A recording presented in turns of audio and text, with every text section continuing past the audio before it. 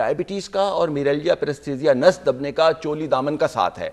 हो सकता है इनको सर्वाइकल स्पॉन्डिलोसिस हो, जो गर्दन का भी दर्द कह रही हैं, उसके लिए इनको एमआरआई करवाना चाहिए। अगर एमआरआई नहीं करवा सकती तो डिटेल हिस्ट्री लेनी चाहिए और किसी न्यूरो फिजिशियन को दिखाना चाहिए लाहौर में।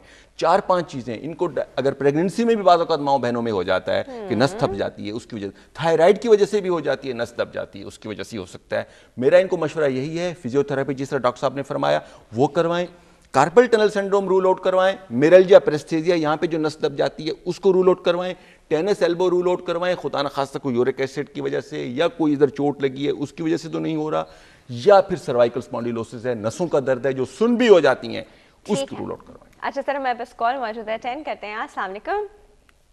अस्सलाम वालेकुम।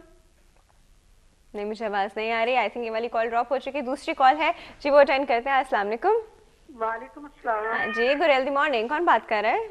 जी मैं नुसरत बात कर रही हूँ। मैंने पहले भी बात की है तो मेरी कॉल ड्रॉप हो गई थी। अच्छा ठीक है। हाँ जी, वो बात ही नहीं हो पाई थी। हाँ जी जी हाँ जी, बताइए। मेरा मसला ये है कि मेरे पट्टों में बहुत शदीद दर्द रहती है, फिर कमर में तो जिसमें ऐसे जैसे वाइब्रेशन सी लगी रहती है, और दाएं तरफ पूरा खिंचाव है।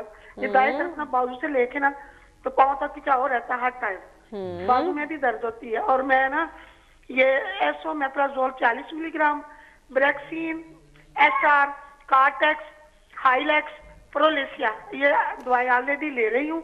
तो आया ये दवाई ठीक है कि मैं ले रही हूँ? ठीक है जी, हम आपको इसके बारे में बता रहे हैं आप, बहुत मेहरबानी। अभी बता रहे हैं डॉक्टर साहब जी। जिसने भी दवाएं दी है बहुत अच्छी दवाएं दी है, ठीक दवाएं दी है। ब्रेक्सिन पेन किलर है, न्यूलेक्सा इनको थोड़ा एंटी डिप्रेसेंट है। डॉक्टर साहब, खवातीन में खासतौर पर अल्लाह मियाँ ने उन दिमाग के 19 हिस्से बनाए हैं। 16 हिस्से जो हैं औरतों में डिप्रेशन से रिलेटेड हैं और 3 हिस्से मर्दों से रिलेटेड हैं। औरतें बेचारी ज्यादा हसास हैं, कोई चीज देखती है उनको पेन भी ज्यादा महसूस होता है बेचारों को।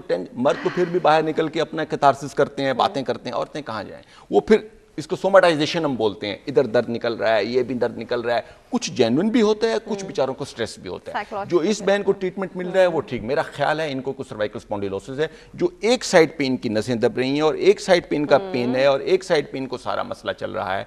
अपने किसी न्यूरो फिजिशियन को वहाँ दिखाएं और उसको प्रॉपर ट्रीट करवाएं। जो हम बार बार चीख रहे हैं, vitamin D3 level, thyroid level, blood sugar, 3 चीजें कॉमन चीजों को रखना चाहिए, वही हमारी घूम फिर के वापस आती हैं। तो इनका ट्रीटमेंट सही जा रहा है। और आखिर में last but not least physiotherapy, जिस तरह डॉक्टर साहब ने फरमाया, एक्सरसाइजेज और फिजियोथेरेपी हमारा सबसे बड़ा इलाज है। हम कहते हैं सिर्फ दवाई खाएं और ठीक हो जाएं। फैशन करें यहाँ पे, फैशन में जो चीज है ना वो वाली चीज हम अक्सर पेशेंट से कहते हैं दवाई सिर्फ 25% है, बाकी 75% में 25% परहेज है, 25% एक्सरसाइजेस हैं और 25% कंजर्वेटिव है। आप अपना ट्रीटमेंट, लोकल ट्रीटमेंट जिस तरह हम कहते हैं, अपना पोस्चर ठीक रखें, फोम पर ना बैठें, डाइट अपनी बेहतर रखें। सिर्फ दवाई से ठीक नहीं होता। अच्छा सर, ये आप सर मुझे बताइएगा कि ट्विचेस मसल में क्या होते हैं? मसल में ट्विचेस क्यों आते हैं? मसल ट्विचिंग, मसल ट्विचिंग कह रहे हैं, ट्विचिंग जो होती है। अच्छा, मसल में जो ट्विचिंग होता है ये तो हम नॉन फंक्शनल कहते हैं, समझे? नॉन फंक्शनल टोटली मतलब ये कि इसको कोई भी बीमारी से इसका कोई ताल्लुक नहीं है, मगर ये होता है कि बास टाइम में ये मसल ट्विचिंग करते हैं बैठे बैठे। कोई नर्व का कोई हिस्सा है होता है, कोई नर्व जो है वो ओवर सेंसिटिव हो जाता है तो मसल को ट्विच कर जाता है। और ये नर्व ओवर सेंसिटिव मतलब इरिटेट हो रहा है किसी वजह से, किसी वजह से नर्व इरिटेट हो रहे हैं वहां पर और वो ट्विचिंग करता है। तो वो ट्विचिंग हो तो ज़्यादातर तो हम इसको साइकोथेरेपी तरीके से उसका इलाज करते हैं और उसको बताते हैं कि ये वजह से होता है, ये है, तो वो सीरियसली नहीं लेता है पेशेंट। जब सीरियसली नहीं लेगा वो भूल जाएगा तो उसकी ट्विचिंग और मसल ट्विचिंग ख़त्म हो जाएगी। ज़्यादातर तो हम ये करते हैं। अब और अगर वो देखा जाए कि उसके बॉडी के बहुत हिस्सों में हो रहा है और ये सारी चीज़ें हो रही हैं, तब फिर उसके बाद हम उनको इन्वेस्टिगेशन करेंगे। तो ये फरमाया डॉक्टर साहब ने, मैं थोड़ा सा डॉक्टर साहब ऐड करूंगा। आपने सही फरमाया कि ज्यादा नफसियाती होता है और टेस्ट करेंगे।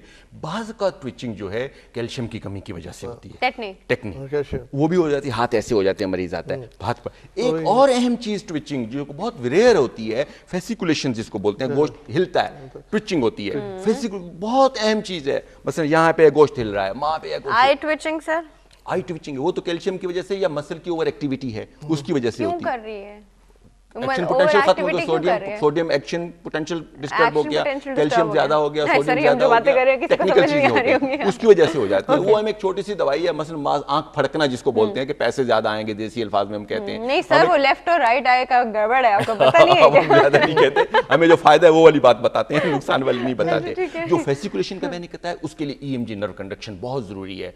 वो it is the one of the single most, how will we differentiate किस तरह की ट्विचिंग है? आर्म स्विचिंग होती है, ये आपको मसल हिल रहा है, हर वक्त हिल रहा है, हर वक्त हिल रहा है, इधर हिल रहा है, आप डंडा मारेंगे थोड़ा देखेंगे मसल हिलना शुरू कर दिया। उसके साथ फिर एसोसिएटेड सिम्टम्स भी हैं। अच्छा। आवाज में फर्क आना, कमजोरी आना, वो बहुत कॉम्प्लिकेटेड हो गई। जिस तरह डॉक्टर साहब ने फरमाया कि ज्यादातर जो है ये आम होती हैं, कैल्शियम की कमी की वजह से ट्विचिंग शुरू हो गई, उसको थायराइड की वजह से भी ट्विचिंग शुरू हो सकती है, फास्फेट की वजह से भी उसमें डिस्टर्बेंस आ जाए, ट्विचिंग शुरू हो जाती है, ज्यादातर वही है। या बाद का जिस तरह उन्होंने फरमाया कि कैल्शियम साइकोलॉजिकल भी होती है, लेकिन इसको हमें थोड़ा एहतियात करनी चाहिए, चेक करना चाहिए। अगर कोई पेशेंट 40 साल से ऊपर है, ट्विचिंग के साथ आता है, उसकी आवाज में फर्क है, न्यूरोलॉजिकल एग्जामिनेशन में उसके रिफ्लेक्सेस तेज हैं, हमको होशियार होना चाहिए। Exactly, leading to MND, motor neuron disease. सही। अच्छा सर, अब थोड़ी सी बात जो बड़े इंपॉर्टेंट है वो ये कि अक्सर रात को सोते सोते एक पेशेंट की आवाज आती है आ, और ना उससे पाँव उठाया जा रहा है, वो पाँव में उसके बल पड़ गया, या फिर वो थोड़े से एकदम से भागा, या फिर पाँव टेढ़ा हो गया, या क्या हुआ, बस किसी तरह बस थोड़ी देर के लिए नम दिखते हैं ना, बस बल पड़ गया, जिसे हम कहते हैं बल पड़ गया। Exactly, that's the term. ये क्या चीज है सर? ये मसल क्रैम्प्स कहते हैं। हाँ, वही क्रैम्प्स है, ये क्रैम्प्स कहते हैं। ये ज्यादातर उन लोगों को होता है डायबिटीज। हमें डायबिटीज पेशेंट जो जितने हमारे होते हैं जो डायबिटिक, इसको न्यूरोपैथी कहते हैं। तो डायबिटिक पेशेंट हमेशा जो सारा दिन वो काम करता है और भागता दौड़ता है, और उसके बाद रात के टाइम में उसकी ब्लड सप्लाई उस एरिया में कम पहुंचता है मसल्स में, और उसके नर्व की है तो वो हिस्से के मसल को ट्विच करता है, और ज़्यादा तो काफ मसल, दोनों काफ मसल वो खींचता है, वो खींच, और रात वक्त जब मसल्स की खिंचाव होने लगती है तो उठ के बैठता है और लगता है कि मसल उसका वो बिल्कुल मतलब है कि वो हो जाता है, सॉलिड की तरह से हो जाता है। हाँ। तो वो फिर उसके बाद वो फिर जमीन पर वो अपने आप को पैर को मारता है, ये करता है, तो फिर वो रिलैक्स हो जाता है। तो ये मसल्स ज़्यादातर हम डायबिटिक्स पेशेंट को देखते हैं, उनको देखते हैं जो लोग हार्ड वर्कर होते हैं, जो हार्ड वर्कर जिनका पसीना ज़्यादा आता है, स्वेटिंग ज़्यादा होता है, पोटाशियम ज़्यादा निकलता है, कैल्शियम ज़्यादा निकलता है, ऐसे लोगों को डिहाइड्रेशन जिसका होता है, और जो लोग नमक वगैरह इस्तेमाल नहीं करते हैं, जिन लोगों का सॉल्ट से ज़्यादा निकल जाता है, तो वैसे लोगों को रात के वक्त में इनको ज्यादा प्रॉब्लम। सही फरमाया डॉक्टर साहब ने। दूसरी बात भी हमको देखनी चाहिए, जिस तरह आपने फरमाया एकदम टांग सुन्न हो गई, वो रेडिकुलोपैथी है। आपने खुदा न खास्ता कोई ऐसी चीज, ऐसा पोस्चर आपने गलत रखा कि आपकी नस दब गई।